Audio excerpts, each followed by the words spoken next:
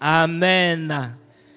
C'est une joie pour moi d'être là, ici à Trois-Rivières, à l'Assemblée Source d'eau vive, pour partager la parole du Seigneur avec vous. Je voudrais encore bénir le Seigneur pour mon bishop, mon frère, dans l'œuvre du Seigneur qui me cède, n'est-ce pas, cette chair pour pouvoir parler à l'Assemblée. Amen. Voilà.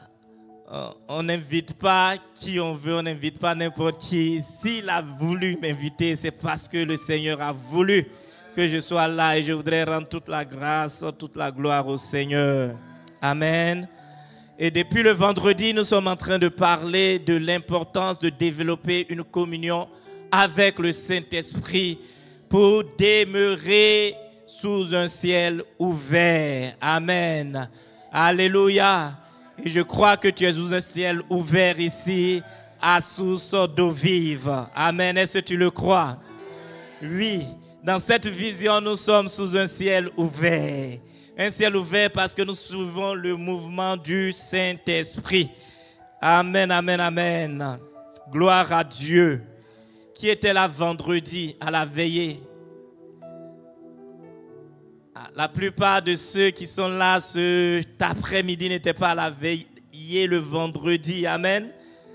Ok, c'est pas grave. Mais la prochaine fois, sois présent. Alléluia. Alléluia. Parce que la veillée, c'est une autre dimension. Le culte, c'est encore une autre dimension. Amen. On a eu le temps à la veillée de prier, de dégager le ciel. Et si tu es là, c'est parce qu'à cette veillée-là, Dieu a commencé quelque chose. Et je crois que ce qu'il a commencé, il va l'achever parfaitement. Amen. Alors déjà à la veillée, nous étions en train de dire que c'est important d'avoir sur sa vie un ciel ouvert. Parce que lorsque le ciel est fermé, rien de bon ne peut se produire. Et Dieu lui-même a dit que lorsque le ciel est fermé, la pluie qui vient, c'est une pluie de poussière. Imagine une pluie de poussière. Qu'est-ce que cela peut apporter à une vie si ce n'est la destruction? Le plan de Dieu, c'est que son peuple puisse évoluer sous un ciel ouvert. Amen. Il dit que nous sommes dans le monde, mais nous ne sommes pas du monde. Il peut y avoir un ciel fermé sur le monde, mais sur toi, il y a un ciel ouvert parce que tu n'es pas du monde. Alléluia. Gloire à Dieu. Et je voudrais que tu réalises que tu es privilégié d'être enfant de Dieu. Privilégié d'avoir en toi le glorieux Saint-Esprit. Amen. Dieu, j'aime trop cette parole. Dieu lui-même, il chérit son esprit. Dieu fait la talakou de son esprit. Il dit, il aime trop son esprit. Et une des raisons qui prouve l'amour de Dieu pour nous, c'est qu'il nous a donné son esprit. Amen. Tu n'es pas n'importe qui. Simplement parce que le Saint-Esprit vit en toi. L'Esprit de Dieu. Alléluia. Que Dieu nous ouvre les yeux afin que nous puissions comprendre qui est le Saint-Esprit et comment sa présence glorieuse à l'intérieur de nous nous transforme et nous permet de faire des choses extraordinaires. Alors, nous avons parlé du ciel ouvert, nous avons également parlé du fait que lorsque le ciel s'ouvre, la première chose que Dieu nous envoie pour nous permettre de manifester le surnaturel, l'extraordinaire. Vous savez, on a chanté tout à l'heure que nous ne sommes pas satisfaits d'une dimension ordinaire. La première chose que Dieu nous donne pour que nous puissions manifester l'extraordinaire, le surnaturel, c'est le Saint-Esprit. Les cieux se sont ouverts et le Saint-Esprit est descendu sur Jésus alors qu'il était baptisé. Alléluia. Que le Saint-Esprit te remplisse. Que le Saint-Esprit vienne sur toi. Que le Saint-Esprit t'équipe. Que le Saint-Esprit t'enveloppe. Afin que tu puisses entrer dans le surnaturel de Dieu. Alléluia. Alors, il est très important de développer une relation, une intimité. Amen. Avec le Saint-Esprit. Vous savez, la différence entre nous les enfants de Dieu se mesure à la façon dont nous entretenons nos relations avec le Saint-Esprit. Ceux qui entendent beaucoup Dieu sont des personnes qui développent une intimité avec le Saint-Esprit. C'est le Saint-Esprit qui nous donne des directives. C'est lui qui nous oriente. C'est lui qui nous préserve même des faux pas. C'est lui qui nous avertit, qui nous prévient. Alléluia. C'est lui qui nous conduit. C'est la raison pour laquelle il est important pour nous d'avoir une intimité avec le Saint-Esprit, d'avoir une communion avec le Saint-Esprit et de veiller à ce que cette communion se développe. Amen. Tant que tu seras en train de développer ta communion avec le Saint-Esprit, le ciel va toujours demeurer ouvert sur ta vie. Amen. Mais lorsque le Saint-Esprit est attristé, le ciel s'assombrit. C'est pourquoi on doit veiller à ce que le Saint-Esprit ne s'attriste jamais. Et lorsque nous sentons qu'il est attristé, il faut que nous revenions rapidement dans les normes. Alléluia. Le Saint-Esprit ne doit pas être attristé. Dis Amen. Et tu dois apprendre à gérer cela pour qu'il soit toujours libre d'opérer, d'agir, de se manifester au travers de toi. Amen. À la veillée, j'ai aussi parlé de l'importance de pouvoir savoir comment jouer sa partition pour que ce que Dieu nous a donné de plus précieux puisse se manifester. Jésus, parlant des fils de ce siècle, a dit que ceux-ci sont plus avisés que les fils de la lumière. Pourquoi? Parce que eux autres, lorsqu'ils savent que quelque chose est important pour eux, ils donnent tout leur possible pour pouvoir avoir la chose. Et l'apôtre Paul, parlant de cela, il dit, les gens de ce monde courent pour des couronnes corruptibles, mais nous courons plus parce que notre couronne qui nous est réservée est incorruptible. Eux, ils courent pour des choses passagères, mais nous devons courir plus parce que les choses que le Seigneur nous réserve sont des choses éternelles. Alléluia. Donc si eux font des efforts pour avoir des choses passagères, à combien plus forte raison nous? Amen. Alléluia. Et je suis venu t'aider. Je suis venu te donner cet enseignement afin que tu puisses comprendre que tu as un rôle à jouer pour développer une intimité exceptionnelle, extraordinaire avec le Saint-Esprit qui va t'amener à un autre niveau dans ta marche avec le Seigneur. Dis Amen. Je vais rappeler rapidement. Tous ceux qui réussissent font des choses que tout le monde ne fait pas. Amen. Est-ce que je me fais comprendre? Il est établi que dans la vie, il y a des gens qui réussissent et il y a des gens qui échouent. Ceux qui réussissent font des choses que ceux qui échouent ne font pas. Donc si toi et moi, nous voulons réussir notre communion avec Dieu, notre relation avec le Saint-Esprit, il faille que nous puissions faire des choses que ceux qui réussissent font. Amen. Il est établi que 95% des résultats qu'on peut obtenir dans notre vie dépendent des habitudes que nous développons au quotidien. Amen. Ça veut dire que si tu vois quelqu'un qui est en train de réussir, ça veut dire qu'il développe des habitudes qui le font réussir. Si tu vois quelqu'un qui échoue, cette personne développe des habitudes qui le font échouer. Amen. La clé pour développer une habitude, c'est la répétition. Ça veut dire lorsque tu as compris qu'une habitude est importante pour ma réussite, il faut que tu répètes cette habitude jusqu'à ce qu'elle devienne une partie de toi. Jusqu'à ce qu'elle devienne un plaisir pour toi. Alléluia. Et tout ça est fondé bibliquement. La troisième chose, c'est qu'il est important d'être obsédé par ce que nous voulons tu veux que le Saint-Esprit ait une relation d'intimité exceptionnelle avec toi, tu dois le désirer, tu dois en être obsédé, tu dois en être rempli. Cela doit être une quête pour toi. La Bible dit qu'on ne donne pas des perles au pourceau. Ça veut dire tant que tu n'as pas compris l'importance d'une chose, cela ne peut pas t'être donné. Tant que tu ne connais pas la valeur d'une chose, cette chose ne peut pas venir dans ta vie. Alléluia. Donc si tu comprends que le Saint-Esprit est quelque chose de précieux, tu dois payer le prix qu'il faut pour l'avoir. Alléluia.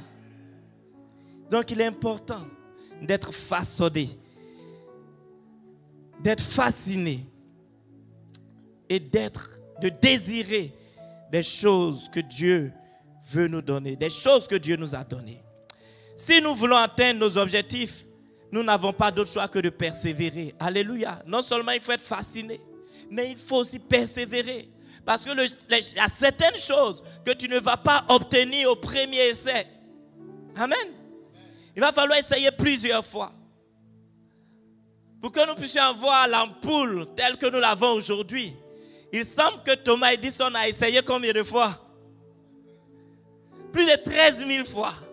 En tout cas, au moins 10 000 fois. Alléluia. Et s'il avait arrêté comment on va dire, 9 millième fois, on n'aurait pas eu l'ampoule. Donc la persévérance est une marque de ceux qui réussissent. Alléluia. Jésus même a dit, celui qui va persévérer jusqu'au bout sera sauvé. Amen. Que la persévérance soit notre partage au nom de Jésus. Il est indispensable d'apprendre en permanence et de s'éduquer. Le Saint-Esprit est infini. Dieu est infini. On ne peut jamais finir de connaître Dieu. On ne peut jamais finir de connaître le Saint-Esprit. Il faut désirer en savoir un peu plus sur lui constamment. Amen. Quand tu t'arrêtes d'apprendre, ça veut dire que tu es prêt de tomber. Alléluia. Il ne faut jamais s'arrêter d'apprendre. Il ne faut jamais être rassasié de Dieu. Amen. Il faut toujours avoir cette soif. La soif a cette particularité de nous amener à chercher toujours plus. Amen. Et les choses de Dieu souvent sont ainsi. Il faut une soif permanente pour connaître les profondeurs de Dieu. Que cela soit notre partage au nom de Jésus. Il faut persévérer. Il faut apprendre en permanence. Il faut allouer du temps. Amen. Il faut allouer du temps. Il faut prendre du temps avec le Saint-Esprit. Il faut prendre du temps avec la parole de Dieu. Entretenir, développer sa relation avec le Saint-Esprit demande qu'on puisse lui consacrer du temps. Amen. En dehors des temps de nos rencontres, personnellement, on doit apprendre à donner du temps au Saint-Esprit pour le laisser nous enseigner, pour le laisser nous conduire, nous éclairer, lui poser des questions. Il faut passer du temps avec le Saint-Esprit. Tu ne peux pas être intime à quelqu'un si tu ne passes jamais du temps avec lui. Tu ne peux pas connaître les secrets de quelqu'un si tu ne demeures pas avec lui. Alléluia. Donc développer sa relation avec le Saint-Esprit va demander qu'on prenne du temps avec lui. Amen. Et tout ça, ce sont les secrets de la réussite. C'est le 6e point. Et je pense que j'y suis arrivé déjà au 6e point. Amen. Donc, allouer du temps, de l'énergie et des ressources. S'équiper. C'est bien de payer des choses. Mais combien investissons-nous pour en apprendre plus sur le Saint-Esprit? L'Esprit que Dieu nous a donné. Alléluia. Donc, ces dispositions-là, il faut les avoir pour pouvoir réussir. C'est en mettant en pratique ces dispositions que nous allons développer notre relation avec le Saint-Esprit. Et à cette étape de notre séminaire, je voudrais développer 10 points. 10 points pour laisser la place au Saint-Esprit. 10 points pour développer notre relation avec le Saint-Esprit. 10 points pour être plus intime avec le Saint-Esprit. La première des choses, c'est de prendre la décision de suivre Jésus. Amen. Nous tous, nous avons cru en Jésus. N'est-ce pas? Mais tous n'ont pas pris la décision de suivre Jésus. Dans la Bible, il est question des Juifs qui avaient cru en Jésus. Mais vers la fin de leur histoire, plusieurs ont pris des pierres, prêts à lapider Jésus. Pourtant, ils ont cru en lui. Donc, croire en Jésus est important, mais ce n'est pas suffisant. Amen. Quand tu crois en Jésus, tu dois prendre la décision de marcher avec lui. Tu dois prendre la décision de le suivre. Et la Bible dit très clairement la différence entre croire et suivre Jésus. Jean 8, 30 à 32. Comme Jésus parlait ainsi, plusieurs crurent en lui. Verset 31. Et il dit aux Juifs qui avaient cru en lui: si vous demeurez dans ma parole, vous êtes vraiment mes disciples. Amen. Un disciple, c'est une personne qui suit un maître. Jésus dit: si vous voulez être des personnes qui me suivent, vous devez demeurer dans ma parole. Ça veut dire que tu peux croire en Jésus et puis ne pas être son disciple. Tu peux croire en Jésus et puis ne pas demeurer dans sa parole. Tu peux juste visiter sa parole, mais ne pas demeurer dans sa parole. Alléluia. Jésus dit: ceux qui le suivent demeurent dans sa parole. Amen. Sois quelqu'un qui suit Jésus. Ne sois pas simplement quelqu'un qui croit en Jésus. Quelque part, la Bible dit même les démons croient en Dieu, mais ils ne le suivent pas. Suivre Jésus est très important. Jean 8, 12. Jésus leur parla de nouveau et dit: je suis la lumière du monde. Celui qui me suit, pas celui qui croit en moi. Croire déclenche certaines choses, mais celui qui me suit ne marchera pas dans les ténèbres. Donc pour ne pas marcher dans la confusion, dans les ténèbres, dans le tohu-bohu, il faut décider de suivre Jésus. Suivre Jésus demande aussi que tu renonces à ton programme. Au premier culte, j'étais en train de donner l'exemple. Si je décide de suivre, je décide un jour de suivre le pasteur Max, il va sans dire que je vais renoncer à mon programme de cette journée-là et entrer dans son programme à lui. Et je vais faire tout ce qu'il va faire parce que j'ai décidé de le suivre. Amen. Donc suivre Jésus suppose qu'on renonce à soi-même. Matthieu 16, verset 24. Alors Jésus dit à ses disciples: si quelqu'un veut venir après moi, qu'il renonce à lui-même, qu'il se charge de sa croix et qu'il me suive. Donc sans le renoncement à nous-mêmes, il nous est impossible de suivre Jésus. Tu peux croire en lui, mais tu ne pourras pas le suivre si tu ne renonces pas à toi-même. Que Dieu nous aide à suivre Jésus. Alléluia. Et je crois que si tu es là dans cette assemblée source d'eau vive, c'est parce que tu as pris cette décision de suivre Jésus. Amen. Et si tu n'as pas encore pris cette décision, je t'exhorte à prendre la décision de le suivre. Alléluia. Parce que ça fait la différence. Galates 2:20, l'apôtre Paul dit ceci: j'ai été crucifié avec Christ, et si je vis, ce n'est plus moi qui vis. Amen. Il dit: ce n'est plus moi qui vis. En réfléchissant à ce passage, j'ai eu comme une traduction: ce n'est plus mon moi qui vit. Amen. Quand il dit ce n'est plus moi qui vis, ça veut dire ce n'est plus mon moi qui vit. Alléluia. Mais c'est lui, Jésus, qui vit en moi. Mon moi a disparu, mais lui, Jésus, vit désormais en moi. Alléluia. La deuxième chose, donc première chose, c'est suivre Jésus. Prendre la décision de suivre Jésus. Amen. On peut croire en Dieu, on a le salut, on va au ciel. Mais si on ne suit pas Jésus, il y a toute une grâce qui est liée au salut qu'on peut ne pas avoir. Et je disais que tu peux croire en Jésus, mais parce que tu ne le suis pas, cette croyance même que tu as en lui va disparaître. Donc suivre Jésus même garantit le fait que tu continues de croire en lui. Alléluia. Que Dieu te donne de le suivre par le Saint-Esprit. Donc deuxième chose, il faut adopter la mentalité de ceux qui réussissent. Amen. Je dois avoir une mentalité de réussite. Pas une mentalité d'échec, mais une mentalité de réussite. Je veux réussir ma vie chrétienne. Je ne veux pas être un chrétien clopin. Je ne veux pas être un chrétien de dimanche. Je veux être un chrétien de tous les jours. Alléluia.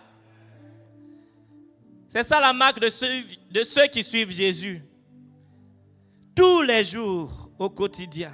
Donc il faut développer une mentalité.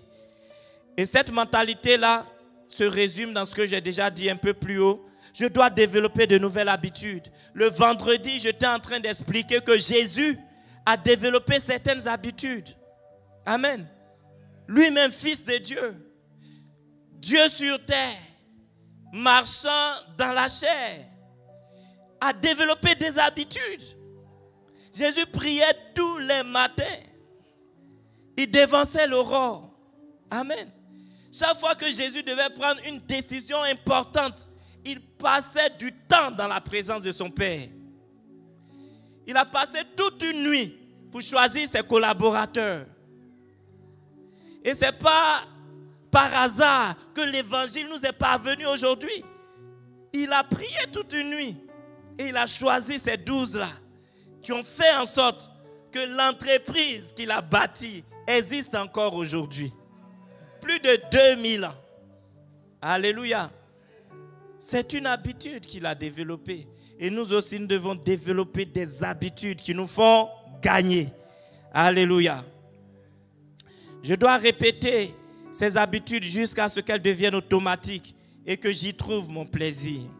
Je dois en être fasciné et obsédé jusqu'à ce que j'atteigne l'objectif de Dieu. Je dois persévérer et me donner tout entier. L'apôtre Paul, exhortant son fils Timothée, lui a dit: donne-toi tout entier à ces choses. Amen. Dans la vie chrétienne, on est tout entier ou on ne l'est pas. Amen. Dieu n'aime pas les demi-mesures. Dieu, parlant à l'église, à une des églises de l'Asie mineure, a dit: parce que tu n'es ni chaud ni froid, je te vomirai. Amen. Donc Dieu veut que tu sois entier. Soit tu veux, soit tu fais, soit tu ne le fais pas. Un peu, Dieu n'aime pas ça. Alléluia. Donc pour développer ta relation avec le Saint-Esprit, sois tout entier. Désire-le véritablement. Tu dois persévérer, te donner tout entier et pour continuer à progresser. Tu dois allouer du temps, des ressources et de l'énergie pour apprendre en permanence. Amen.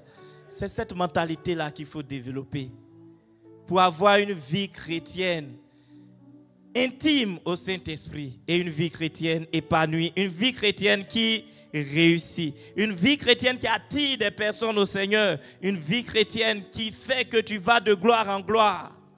Amen, amen, amen. Et je prie que cela soit ton partage au nom de Jésus. Développer une mentalité de ceux qui réussissent. Troisième point, s'efforcer d'établir une véritable communion avec le Saint-Esprit. Une communion véritable et permanente avec le Saint-Esprit. Alléluia. Le mot s'efforcer est très important. Ça veut dire que ça ne vient pas tout seul. Ceux qui entendent régulièrement la voix du Seigneur, ça ne vient pas tout seul. Ils s'efforcent d'être connectés à lui. Amen. Ils s'efforcent de lui parler tous les jours. Ils s'efforcent de lui poser des questions, d'entretenir une relation avec lui. Amen. Tu ne peux pas tu ne peux pas reconnaître la voix de quelqu'un que tu entends rarement. Amen. Si tu appelles quelqu'un une fois tous les 6 mois, ce n'est pas sûr que si la personne t'appelle, tu puisses reconnaître automatiquement sa voix. Mais si tu parles avec quelqu'un tous les jours au téléphone, dès qu'il t'appelle, tu sais déjà c'est qui. Amen. Par exemple, quand mon épouse m'appelle, je ne demande pas c'est qui. Alléluia. Mais si un ami d'enfance t'appelle un jour, là, tu ne sauras pas. Parce que tu ne lui parles pas régulièrement. Développer sa relation avec le Saint-Esprit suppose qu'on lui parle quotidiennement, qu'on apprend à l'écouter. À un moment donné, on devient sensible, on reconnaît facilement sa voix. Beaucoup disent, mais les gens disent que Dieu me parle, Dieu me parle. Pourquoi moi je n'entends jamais la voix de Dieu? Dieu parle. La chose c'est que tu ne reconnais pas sa voix. Amen. Pour reconnaître sa voix, développe ton intimité avec le Saint-Esprit. Dis Amen. Et ce séminaire est là pour t'aider, pour t'apprendre à développer ton intimité avec le Saint-Esprit. Amen. La Bible dit dans Ephésiens 5, verset 18, « Ne vous enivrez pas de vin, c'est de la débauche, soyez remplis du Saint-Esprit. » Il dit « soyez », c'est un ordre. Tu n'as pas d'autre choix que d'être rempli du Saint-Esprit. Amen. Tu dois le désirer. Et ce n'est pas quelque chose qu'on a une fois pour toutes. Tu es baptisé du Saint-Esprit, mais tu travailles, le verre se vide. Tu dois toujours désirer être rempli du Saint-Esprit. Amen. Nous sommes comme un vase et le Saint-Esprit est comme de l'eau qui nous remplit. Et plus tu travailles, l'eau se vide. Et il faut toujours, constamment désirer être rempli du Saint-Esprit. Alléluia. Efforçons-nous d'être remplis constamment du Saint-Esprit. Pourquoi? Pourquoi? Parce que le fait d'être indépendant, c'est une tentation trop forte. On veut être libre, mais ce n'est pas la liberté de Dieu. La liberté de Dieu, c'est dépendre de lui. La liberté du monde, c'est faire ce qu'on veut. Mais on voit où cette liberté-là conduit aujourd'hui. Le monde est sens dessus-dessous parce que les gens ont pris leur indépendance par rapport à Dieu. On a chassé Dieu de nos écoles. Aujourd'hui, qu'est-ce qui se passe? On enseigne des choses bizarres. Alléluia. Moi, je suis dans l'éducation, dans la vie séculière. Et il n'y a pas longtemps, je suivais une vidéo, on disait que, oui, c'était un débat, je pense que c'est un frère de l'église qui me l'a envoyé. Un débat où on disait que très bientôt, les enfants de l'école primaire là, pourront choisir qui ils veulent être, sexuellement parlant. On est en train de prendre une décision, on dit les parents ne doivent même pas interférer. C'est-à-dire si un enfant considère qu'il se sent fille dans sa peau alors qu'il est né garçon, un parent ne doit pas pouvoir dire quelque chose. Imagine ça. Un enfant. S'il dit qu'il décide là, on est en train de mettre des choses en place pour ne pas que le parent dise non. Pourquoi ces choses arrivent? Parce qu'on a voulu prendre notre indépendance vis-à-vis de Dieu. Alléluia.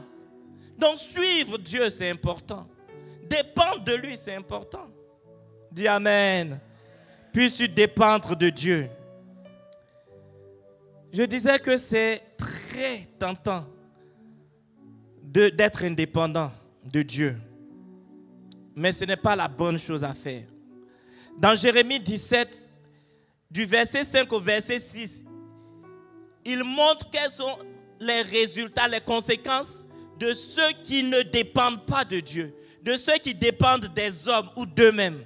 Il dit ceci: ainsi parle l'Éternel, maudit soit l'homme qui se confie dans l'homme, qui prend la chair pour son appui et qui détourne son cœur de l'Éternel. Il est comme un misérable. Voici la conséquence. Il est comme un misérable dans le désert. Il ne voit point arriver le bonheur. Il habite les lieux brûlés du désert, une terre salée et sans habitants. Voici la condition de celui qui ne veut pas dépendre de Dieu, de celui qui se détourne de Dieu. Et plusieurs sont dans ce cas. Mais ils sont comme des misérables dans le désert. A contrario, ceux qui décident de se soumettre à Dieu, de laisser le Saint-Esprit être leur maître, il dit de ceci: béni soit l'homme qui se confie dans l'Éternel et dont l'Éternel est l'espérance. Il dit, il est comme un arbre planté près des eaux et qui étend ses racines vers le courant. Il n'aperçoit point la chaleur quand elle vient et son feuillage reste vert. Dans l'année de la sécheresse, il n'a point de crainte et il ne cesse pas de porter du fruit. Il ne cesse de porter du fruit. Alléluia. C'est quel choix tu fais? Dépendre de Dieu ou être indépendant? Pour moi, le prix à payer est trop fort pour être indépendant de Dieu. La solitude totale, être comme un misérable dans le désert. Et pourtant, si tu décides de dépendre de lui, tu ne cesses de porter du fruit. Dans la saison de la sécheresse, tu ne manques pas d'eau. Alléluia. Et ta vie est glorieuse parce que tu dépends du Seigneur, tu dépends du Saint-Esprit. Que cela soit notre partage au nom de Jésus. La quatrième chose, c'est de prier et de méditer sur notre relation avec le Saint-Esprit. Prier et méditer sur notre relation avec le Saint-Esprit. Vous savez, tout s'enfante dans la prière. Tu veux une vie d'intimité avec le Saint-Esprit, c'est dans la prière. Alléluia. Un homme de Dieu, nous, quand on nous enseignait la prière, on nous disait que c'est la respiration du chrétien. C'est-à-dire quelqu'un qui ne prie pas, c'est comme quelqu'un qui refuse de respirer. Quelqu'un qui arrête de respirer.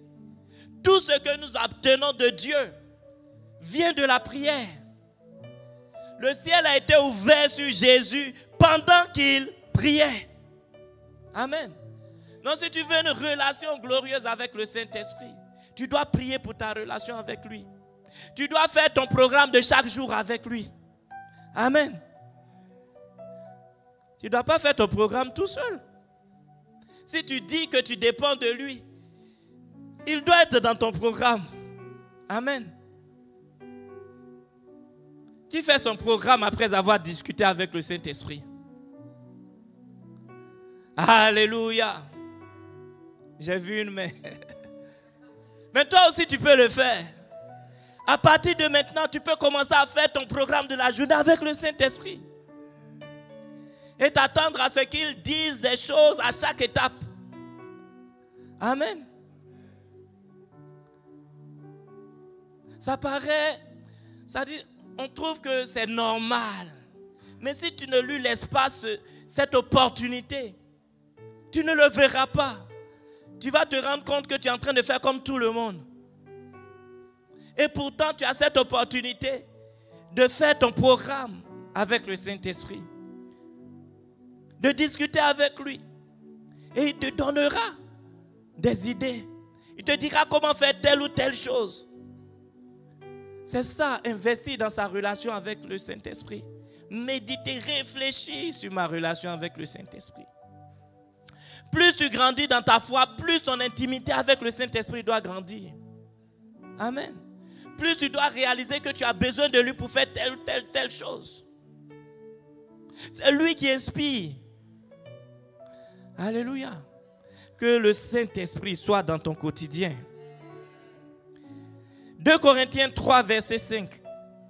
Ce n'est pas à dire que nous soyons par nous-mêmes capables de concevoir quelque chose comme venant de nous-mêmes.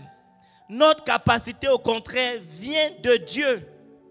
Quelqu'un qui marche, qui a une intimité avec le Saint-Esprit, réalise que sa capacité vient de lui.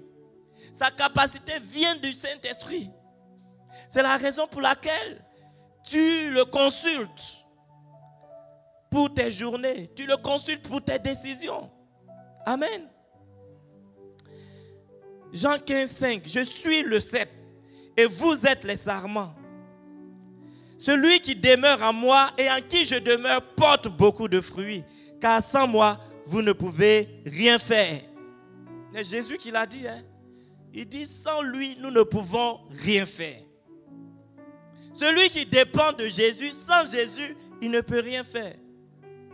Il dit, est-ce que la branche peut de lui-même ou d'elle-même porter du fruit? Non. Il faille qu'elle soit connectée, liée, attachée au tronc. Et le tronc, c'est Jésus. Amen. Donc, nous ne pouvons pas nous développer nous-mêmes sans être attachés à lui. C'est pourquoi tu as besoin de développer ta communion avec le Saint-Esprit. Amen. La 5e chose, c'est développer la conscience de Dieu. Amen. Jésus a dit qu'il est avec nous tous les jours jusqu'à la fin du monde. Mais Jésus n'est plus physiquement avec nous. Qui est avec nous tous les jours? C'est le Saint-Esprit. Amen. Mais le fait, c'est que nous sommes tellement sensibles au monde physique que nous ne réalisons plus que le Saint-Esprit est avec nous au quotidien. Parce que ce qu'on n'aurait pas fait quand on est avec notre pasteur, on le fait quand on pense qu'on est seul. Amen. Pourquoi les fiancés chutent, d'après vous? Parce qu'ils pensent que quand ils sont entre eux tous deux seuls quelque part, le Saint-Esprit n'est pas là. Amen. Ils savent bien que on n'a pas le droit à certaines choses quand on n'est pas marié. Mais il arrive qu'ils viennent se présenter, se déclarer. On est heureux. On veut célébrer leur mariage. Et puis, chemin faisant, il y a une grossesse. D'où ça vient? Alléluia. Qu'est-ce qui n'a pas marché? Parce qu'ils ont oublié que le Saint-Esprit était là. Amen. Et quand ça a commencé, le Saint-Esprit les a interpellés, mais ils l'ont ignoré. Et le Saint-Esprit est constamment attristé par nous, les enfants de Dieu, parce qu'on l'ignore. Amen. On ne pêche jamais par hasard. Jamais. La Bible dit que le péché commence toujours par une convoitise dans le cœur. Et cette convoitise-là, quand on ne l'a pas gérée, c'est elle qui nous entraîne à chuter. La chute ne vient pas le même jour. Ça commence par une petite pensée. Mais cette pensée-là, le Saint-Esprit toujours t'interpelle là-dessus. Mais qu'est-ce que nous en faisons? Nous ignorons tout simplement sa présence. Alléluia. Que Dieu nous aide à être plus conscients de la présence de Dieu. Le Saint-Esprit est là même si nous ne le voyons pas. Il est présent. Si tu as cette conscience du Saint-Esprit, tu vas être gardé de beaucoup de choses dans ta vie chrétienne. Alléluia. Tu vas être gardé de beaucoup de choses.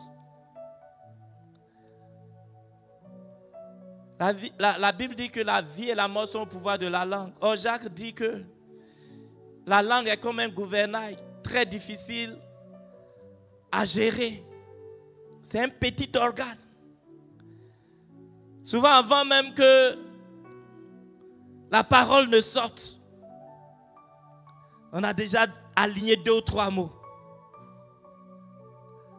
Alléluia. Et pourtant, si on était avec un frère ou bien on était avec le pasteur, on aurait veillé. Mais le problème, c'est qu'on a l'impression qu'on est seul, qu'on peut tout dire, on peut tout faire. Mais on n'est pas seul en réalité. Et quand tu fais des choses de la sorte, le Saint-Esprit est là. Il dit, et moi? Tu ne me vois pas, tu ne m'entends pas, tu ne sais pas que je suis là. Et pourtant, je t'ai informé, je t'ai averti. J'étais prévenu. Soyons conscients de la présence du Saint-Esprit. Matthieu 28, verset 20. Enseignez-leur à observer tout ce que je vous ai prescrit. Et voici, je suis avec vous tous les jours jusqu'à la fin du monde. Est-ce que c'est vrai cette parole? Est-ce que tu crois en cette parole? Oui. Comment Jésus est avec nous tous les jours jusqu'à la fin du monde? Par le Saint-Esprit qui est en nous, qui est avec nous. Alléluia. N'ignorons plus la présence du Saint-Esprit. Au contraire, soyons conscients de sa présence. Il dit l'Esprit de vérité dans Jean 14, 17 que le monde ne peut recevoir. Toi, parce que tu as accepté Jésus, tu as reçu l'Esprit de vérité. Il dit l'Esprit de vérité que le monde ne peut recevoir parce qu'il ne le voit point et ne le connaît point. Mais vous, vous le connaissez, car il demeure avec vous et il sera en vous. Et l'Esprit du Seigneur est en nous, il demeure avec nous. Amen. On doit croire cela et on doit en être conscient. Il dit, ne crains rien, car je suis avec toi. Ne promène pas des regards inquiets, car je suis ton Dieu. Je te fortifie, je viens à ton secours, je te soutiens de ma droite triomphante. Amen. Dieu est là, même si tu ne le vois pas physiquement, mais il est là. Sa présence est manifeste en toi et avec toi. Alléluia. Cette petite voix qui te dit arrête, c'est le signe que le Saint-Esprit est là. Amen. Cette voix qui te dit n'y va pas, sors de cette relation, c'est la voix du Saint-Esprit. Que Dieu t'aide à être plus sensible à cette voix au nom de Jésus.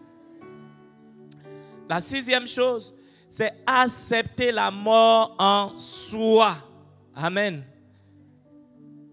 Accepter la mort en soi. Je parlais tout à l'heure du fait qu'être indépendant, c'est une très forte tentation. Mais en réalité, chaque fois que tu acceptes de dépendre de Dieu, tu perds quelque chose. Amen. Chaque fois que tu acceptes de dépendre de Dieu, d'écouter le Saint-Esprit, tu perds quelque chose. Parce que les voix de Dieu ne sont pas nos voix. Ses pensées ne sont pas nos pensées. Mais il faut accepter les pensées de Dieu au détriment de nos pensées. C'est ça la mort en soi. Quand tu veux quelque chose, si le Saint-Esprit dit non, tu dois dire non. Si tu dis oui, c'est que tu refuses de mourir en toi-même. Tant que la volonté de Dieu ne prime pas sur notre volonté, c'est que nous sommes encore vivants. C'est que nous n'acceptons pas la mort en soi. Puissions-nous accepter de mourir en nous-mêmes pour que Dieu soit manifesté. Alléluia. Souvent, le Saint-Esprit a venu bouleverser nos priorités. Jésus lui-même a fait l'expérience. Lorsqu'il est venu sur la terre, il est venu pour donner sa vie. Mais à un moment donné, les pressions étaient telles que Jésus allait prier. Il y a eu un combat entre sa propre volonté et la volonté de son Père. Mais Jésus a abdiqué. Il a dit non pas comme je veux, mais comme toi tu veux. Et c'est ce que chacun de nous doit faire. Chacun de nous dans notre mission. Nous avons ce combat-là. Mais combien c'est dans la volonté de Dieu? La mort en soi, c'est céder à la volonté de Dieu. C'est oublier nos priorités, nos programmes et laisser le programme de Dieu prendre l'ascendant. Que Dieu nous accorde cette grâce au nom de Jésus. L'apôtre Paul dit, j'ai été crucifié avec Christ, si je vis, ce n'est plus moi qui vis, c'est Christ qui vit en moi. La septième chose, c'est le calme et la confiance systématique. Alléluia.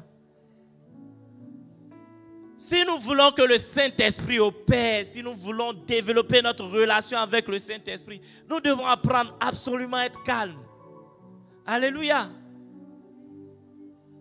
Jésus était calme. La Bible dit au milieu de la tempête, Jésus dormait.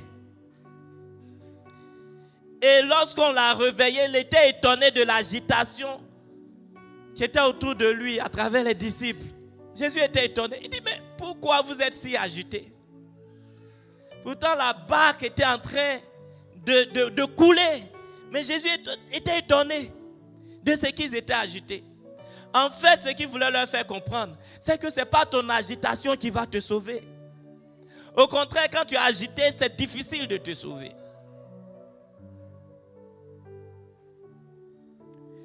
Et l'agitation devant Dieu, c'est comme un manque de foi. Le calme et la confiance sont des caractéristiques de la foi. Amen. Je disais que c'est plus facile de secourir quelqu'un qui se noie lorsqu'il est tranquille que lorsqu'il est agité. En général, les sauveteurs attendent qu'ils boivent l'eau jusqu'à ce qu'ils soient incapables de s'agiter pour le sauver. Parce que quand tu essaies de le sauver pendant qu'il est agité, c'est quasiment impossible. Alléluia.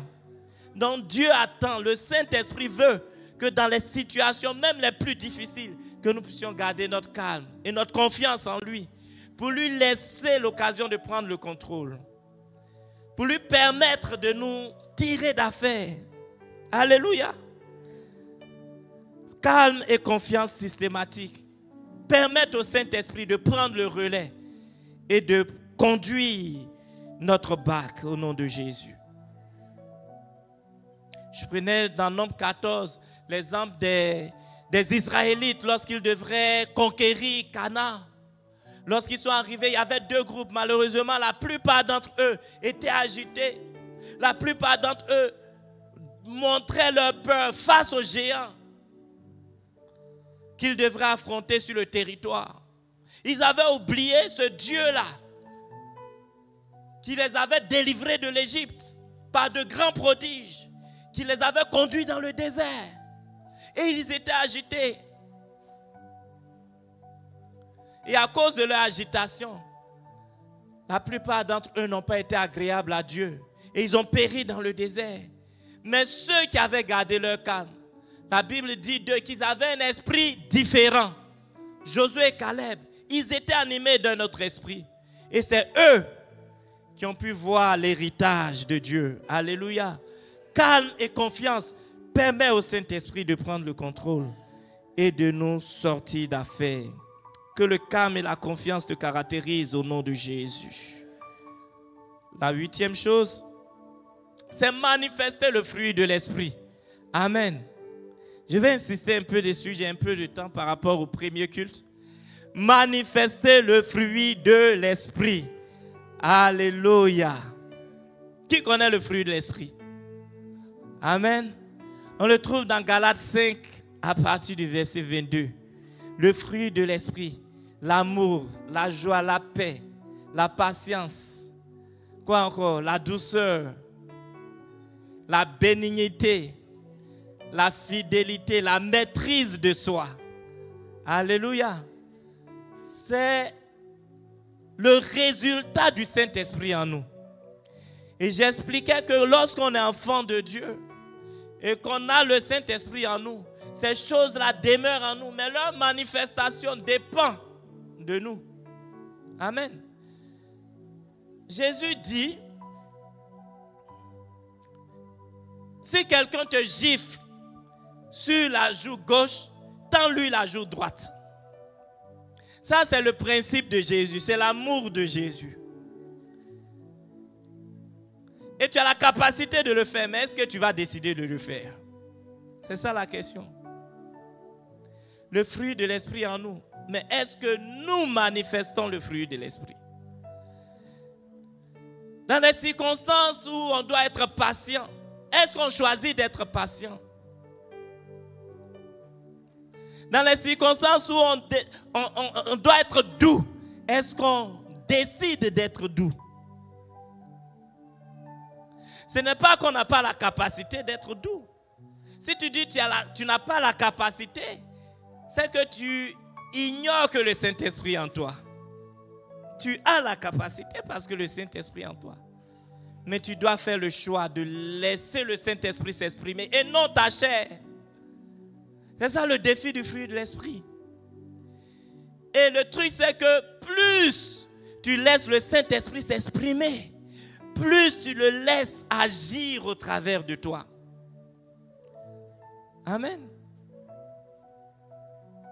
Plus tu donnes l'occasion au Saint-Esprit d'exprimer l'amour, d'exprimer la paix, d'exprimer la joie, plus le Saint-Esprit est à l'aise à l'intérieur de toi. Il peut te conduire, il peut t'orienter, il peut te conseiller, il peut te diriger. Mais lorsqu'il attend que tu agisses avec amour, tu démontres la haine, le ressentiment, la colère. En ce moment-là, tu l'ignores et tu l'empêches d'opérer au travers de toi. C'est pourquoi on doit veiller constamment sur notre cœur pour que nous puissions refléter le fruit de l'esprit. Nous puissions manifester le fruit de l'esprit. Alléluia. C'est notre responsabilité. Et comme je le disais, je le répète encore une fois de plus, ça ne vient pas tout seul. Ça demande que tu collabores avec le Saint-Esprit. Que tu le laisses prendre le dessus. Que tu te taises sur tes propres frustrations pour que lui puisse s'exprimer. Amen. Alléluia. Et chaque jour, on a des opportunités de manifester le fruit de l'Esprit. Vous savez, quand tu marches avec le Saint-Esprit, à la fin de la journée, tu dois faire aussi le bilan. Pour voir si tu as manifesté le fruit de l'Esprit ou pas. Et c'est en ce moment-là qu'il va te révéler tes erreurs. Et que tu vas te corriger. Sinon, les journées s'enchaînent et puis tu ne fais pas de point avec lui. Et puis ça se trouve que pendant tout un mois, tu n'as manifesté aucun fruit de l'esprit. Et souvent même, tu n'es même pas conscient. Parce que tu ne fais pas du point avec le Saint-Esprit. Tu n'as pas de seul à seul avec lui. Alléluia. À partir de maintenant, il faut que tu établisses cette relation-là. Cette communication avec le Saint-Esprit. Amen. Souvent, on a des difficultés à cause du déficit de communication qu'il y a entre nous et le Saint-Esprit. On ne communique pas avec lui. On ne demande pas ses impressions. Amen. On ne le laisse pas nous éduquer. Vous savez, lorsqu'on était dans le monde, on avait un autre maître. Lorsqu'on est venu en Christ, Dieu nous a donné un autre maître qui est le Saint-Esprit, qui a sa manière de fonctionner. Mais si nous ne l'écoutons pas, comment pourrons-nous suivre ce qu'il veut? Que Dieu te donne cette révélation, afin que tu puisses comprendre que tu as besoin de plus d'intimité avec le Saint-Esprit. Tu as besoin de le laisser prendre plus de place. Ce n'est pas seulement les pasteurs qui doivent le faire. Tout enfant de Dieu est capable. Amen. Tu es capable de le faire. Dès que tu pars de ce séminaire, tu commences à établir. Je disais aux gens du premier culte, prenez note. Notez les versets, allez méditer là-dessus. Amen. Parce que l'enseignement doit être appliqué. Tant que tu n'appliques pas, tu ne verras pas le résultat. Jésus a dit, vous êtes heureux si vous savez ces choses, pourvu que vous les pratiquez. Ce que je suis en train de dire ici ne va rien changer à ta vie si tu ne prends pas le temps de voir comment dans ta vie quotidienne tu vas mettre cela en place. Alléluia. Il faut faire cette étape-là. Amen. Que le Saint-Esprit t'aide. Que le Saint-Esprit t'aide. Et j'attends les témoignages du bishop. Alléluia. Que tu aies dit après le séminaire, ma relation avec le Saint-Esprit a pris une autre envergure. Désormais, j'entends plus le Saint-Esprit. Alléluia. C'est cela que le Seigneur attend de nous, les amis. Manifester constamment la puissance du Saint-Esprit. C'est la 9e chose. Alléluia. Voici un autre point. À lui seul, c'est tout un message. Lui seul, il peut faire un séminaire. La puissance du Saint-Esprit. Dieu est venu habiter en nous. C'est toute la puissance qui habite en nous. Amen. La première chose qui démontre qu'on est puissant, c'est la position que Dieu nous donne. Et quand tu lis les Écritures, lorsque tu donnes ta vie à Jésus, automatiquement ta position change. La Bible dit qu'on est assis avec Jésus dans les lieux célestes. Ce qui est élevé est toujours plus puissant que ce qui est en dessous. Amen. Donc si Dieu te donne une position élevée, ça veut dire qu'il t'a donné de la puissance. Je disais, il faut lire Éphésiens 1 et Éphésiens 2 pour comprendre qui tu es devenu lorsque le Saint-Esprit est venu habiter en toi, à ta nouvelle naissance. La Bible parle d'une nouvelle création. Mais cette nouvelle création est dotée d'une puissance extraordinaire. Premièrement, parce que Dieu nous a repositionnés.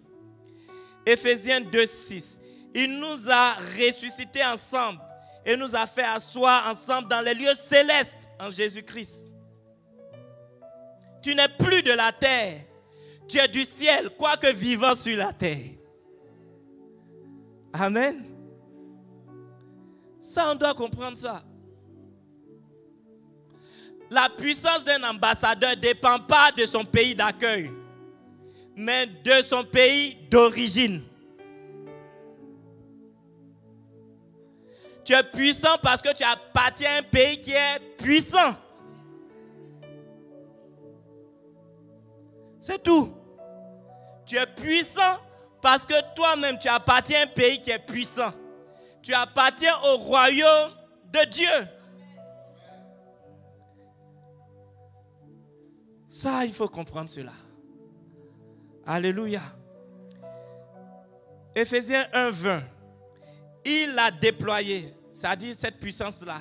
Dieu l'a déployé en Christ, en le ressuscitant des morts et en le faisant asseoir à sa droite, dans les lieux célestes, au-dessus de toute domination, de toute autorité, de toute puissance et de toute dignité.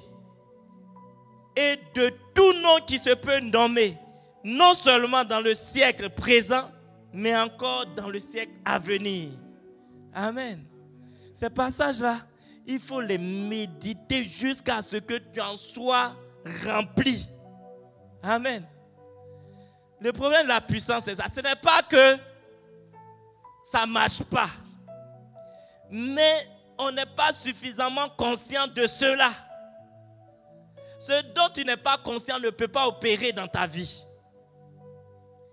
C'est pourquoi Dieu nous exhorte à méditer sa parole. Plus tu médites, plus tes yeux s'ouvrent sur ce que Dieu a fait de toi, plus ta puissance augmente. Amen. Toutes ces choses-là sont en nous. Mais le déploiement de ces choses dépend de nous, encore une fois. Dieu a fait sa part, mais nous devons faire notre part. Amen. Que Dieu nous aide.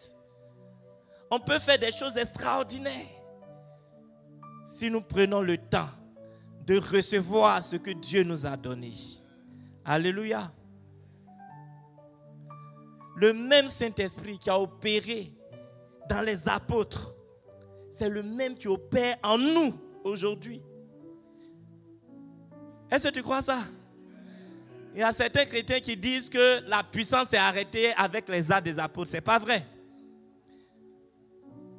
La puissance est encore manifeste aujourd'hui. Tu sais, la plus grande puissance, c'est quoi? C'est la puissance qui a été capable de te transformer toi, de te prendre de là où tu étais. Alléluia. Et qui a fait de toi quelqu'un qui aime Dieu aujourd'hui. Quelqu'un qui écoute la parole de Dieu.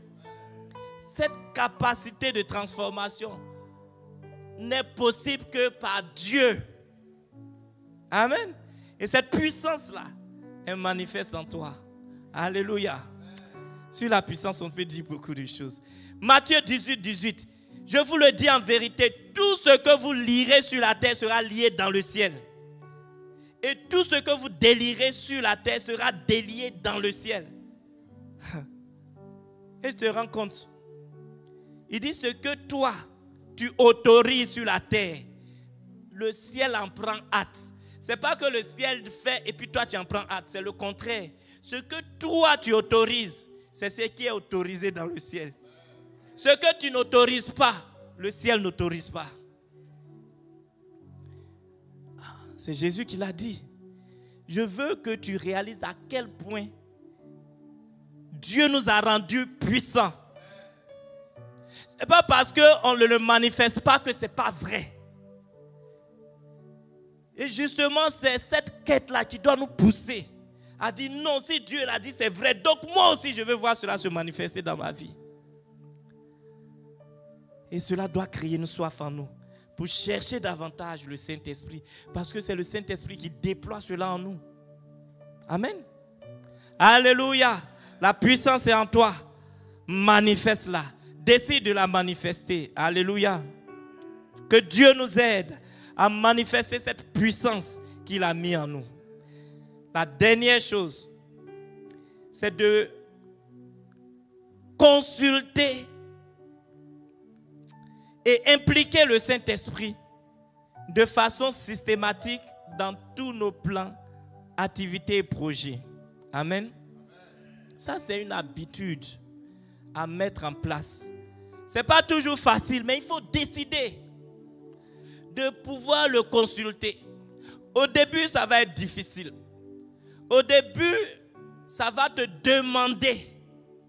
Mais si tu payes le prix au début, à un moment donné, tu ne pourras plus vivre en dehors de cela.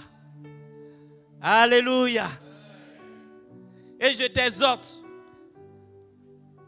à payer le prix, à faire le pari. Amen. À impliquer le Saint-Esprit dans tout. Implique le Saint-Esprit dans l'éducation de tes enfants. Implique le Saint-Esprit dans le choix de tes habillements. Implique le Saint-Esprit dans tout. Dans le choix de tes études. Même quand tu n'arrives pas à comprendre quelque chose, demande au Saint-Esprit. Il est l'esprit de sagesse, l'esprit de connaissance. La Bible dit que ce que Jésus a fait de nous, nous qui sommes sous la grâce, est au-dessus de ceux qui étaient dans l'ancienne alliance. Or, quand nous lisons ce que les gens de l'ancienne alliance ont fait, nous sommes émerveillés. N'est-ce pas? Quand tu lis l'histoire de Daniel, l'histoire de Joseph, tu te dis waouh. Pourtant, Jésus dit qu'on a plus qu'eux. Mais pourquoi ça ne se manifeste pas?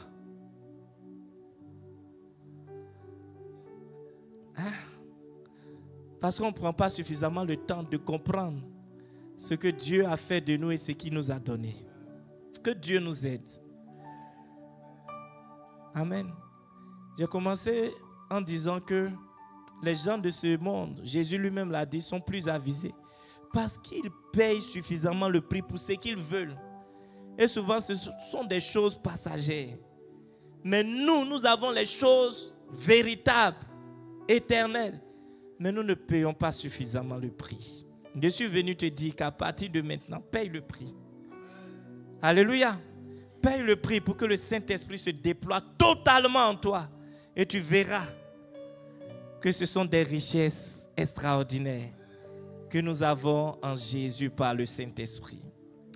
Alléluia. Est-ce que quelqu'un a compris? C'est ce message-là que je suis venu te donner. Et je prie que le Saint-Esprit, qui est l'enseignant par excellence, puisse continuer cette œuvre en toi, afin que cette petite graine que tu as reçue ne t'abandonne pas jusqu'à ce qu'elle porte son fruit dans ta vie. Alléluia. Est-ce qu'on peut se lever et acclamer la parole du Seigneur? Est-ce que tu peux célébrer le Seigneur parce qu'à partir de maintenant, ta relation avec le Saint-Esprit ne sera plus jamais la même.